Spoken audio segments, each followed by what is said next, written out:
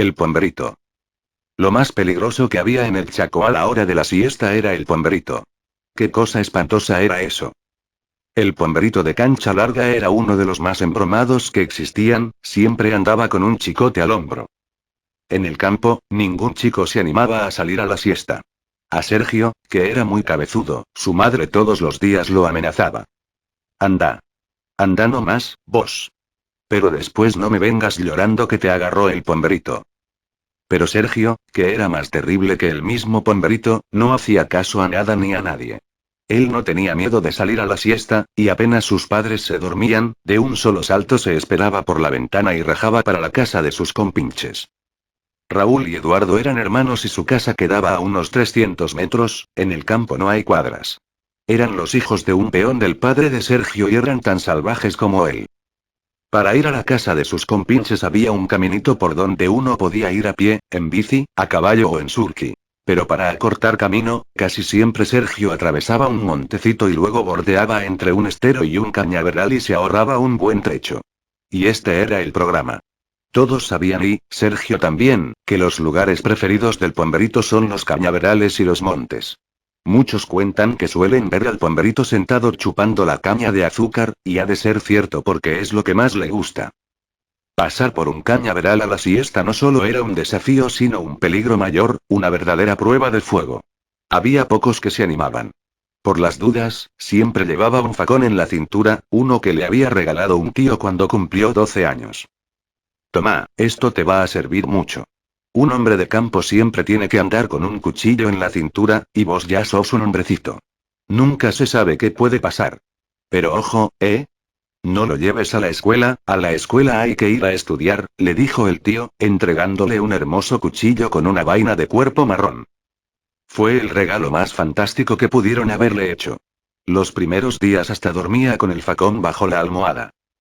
Una siesta iba al trotecito para lo de sus amigos, escapado de sus padres como siempre, y cuando estaba bordeando la chacra vio que a unos 50 metros las plantas se movían, como si alguien las empujara o las sacudiera. El julepe empezó a apoderarse de Sergio. Entre flor de julepe y un poquito de coraje, y viendo que ese movimiento en el cañaveral se acercaba cada vez más, ahí nomás peló su cuchillo y lo desafió. Salí. Salí, que acá te espero. Gritaba Sergio, salí de una vez por todas, vamos a ver si sos macho. Te voy a destripar, pombero y juna gran 7. Y mientras gritaba como un loco, saltaba y hacía firuletes en el aire revoleando su cuchillo o raspándolo por la tierra y levantando una brutal polvareda. Pero el movimiento en el cañaveral avanzaba, estaba cada vez más cerca de Sergio, y él más loco se ponía. Parece que el miedo lo hacía más valiente, hasta que entre salto y salto pisó un cascote, se torció el tobillo y cayó al suelo como una bolsa de papas. Ahí nomás se levantó como un resorte y miraba ese bulto que no se podía distinguir y que movía las plantas, y que ya estaba a unos 10 metros. También miraba al piso, porque en la caída había perdido el facón y se desesperaba por encontrarlo. Hasta que esa cosa ya casi llegaba hasta él y entonces ahí sí se decidió Sergio, y de un salto se tiró al estero y empezó a correr chapoteando y alejándose del lugar a toda carrera, pero mirando siempre para atrás. No podía quedarse, porque sin su cuchillo no iba a enfrentar al pombero. Y el bulto que movía las plantas por fin llegó hasta la punta de los liños y miró para un lado y para otro, y después lo miró a Sergio, que paró de correr. Pero no era el pombero, era un chancho negro grande como una vaca, que se había escapado del corral y andaba medio perdido. Ahí sí que Sergio salió del estero hecho una furia, aunque nadie lo estaba mirando, se sentía avergonzado por haberse asustado por un simple chancho. Ahí nomás empezó a correr al animal y a gritarle de todo. Chancho y juna gran 7. Yo te voy a dar escaparte del corral y andar corriendo las plantas. Te voy a carnear, desgraciao.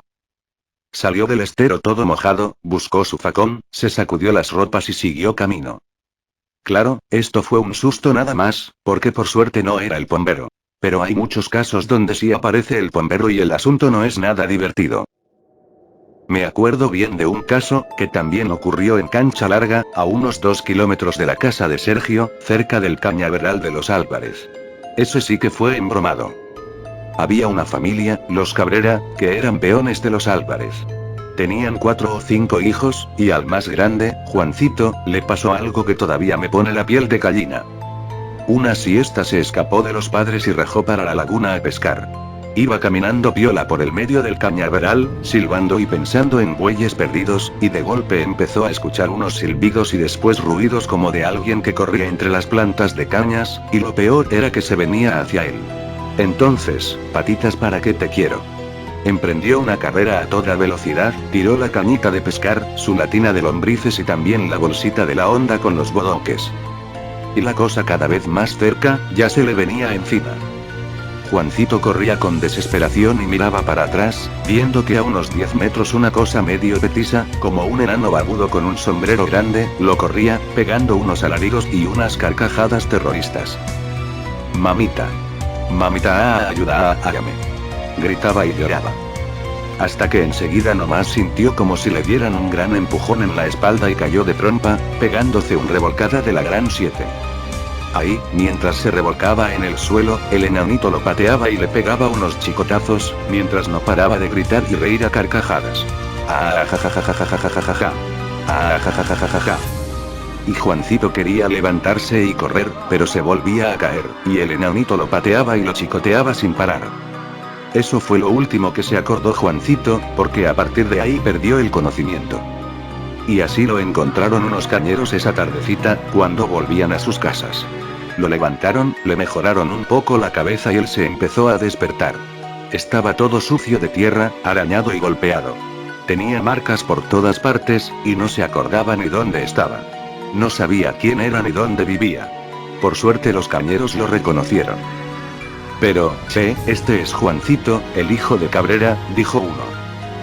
Y, sí, que lo tiró, dijo otro. Lo llevaron a su casa, y los padres, que ya estaban asustados porque desde la siesta lo andaban buscando, lo abrazaron y empezaron a preguntarle cosas. Pero Juancito los miraba sin hablar, como perdido. Parecía que no conocía ni a sus propios padres. La mamá empezó a llorar. Seguro que lo agarró el bombero. Decía y lloraba desconsolada. El padre agarró un caballo y a todo golpe fue hasta lo de don Álvarez a pedirle si podía llevarlos en la camioneta a la Leonesa para que lo viera el doctor. En el pueblo, por suerte, había un médico. Después de revisarlo, el doctor Benoist le dijo que mejor sería que lo llevaran a Resistencia para hacerle unos estudios. Y así anduvieron de acá para allá con el pobre Juancito, haciéndole pruebas muy raras. Hasta dicen que le enchufaron unos cables en la cabeza para estudiarle los sesos. Después de varios días, el doctor les dijo que Juancito tenía una enfermedad muy fulera que se llama epilepsia y que iba a tener que tomar remedios durante toda la vida. Los padres no le creyeron mucho, porque en el campo no existen esas enfermedades raras. Esa misma noche, la abuela de Juancito les aconsejó que lo llevaran a lo de doña Lechiguana, una curandera, que esa les iba a decir bien lo que tenía. Al otro día ya estaban en la casa de la curandera, que vivía bastante lejos, en Tetané. Primero le miró los ojos, después le tiró el cuerito de la espalda, y por último le hizo hacer pichí para oler. Con eso ya fue suficiente.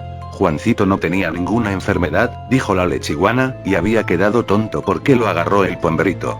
Además les dijo que iba a quedar así, tonto para siempre. Y así quedó Juancito, medio tonto.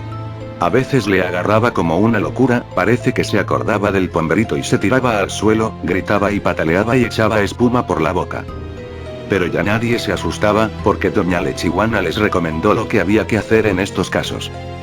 Cuando se estaba revolcando, había que tirarle un baldazo de agua bien fresquita y enseguida se le pasaba la locura.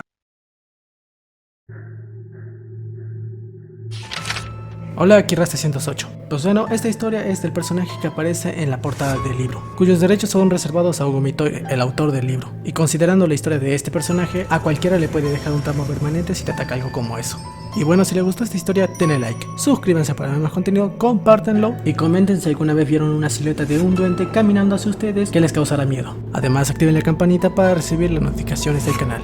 Yo soy Rasta108 y hasta el próximo video.